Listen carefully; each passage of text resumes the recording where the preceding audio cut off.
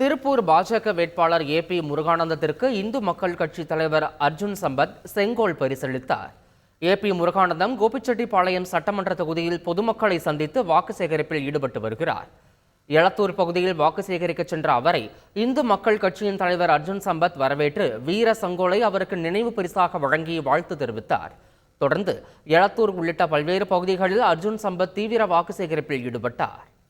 அன்பு சகோதரர் அண்ணாமலை அவர்களுடைய ஆதரவை பெற்று தாமரை சின்னத்திலே போட்டியிடுகின்ற திரு ஏபி முருகானந்தம் அவர்களுக்கு இவ்வளவு சிறப்பான ஒரு வரவேற்பு கொடுத்த உங்கள் அத்தனை பேருக்கும் என்னுடைய மனமார்ந்த நன்றி.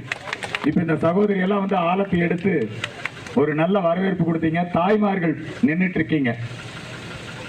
மறுபடியும் மோடி பிரதம அமைச்சராக வரணும். செய்திகளை உடனுக்குடன் தெரிந்து கொள்ள உடனே சப்ஸ்கிரைப் பண்ணுங்க.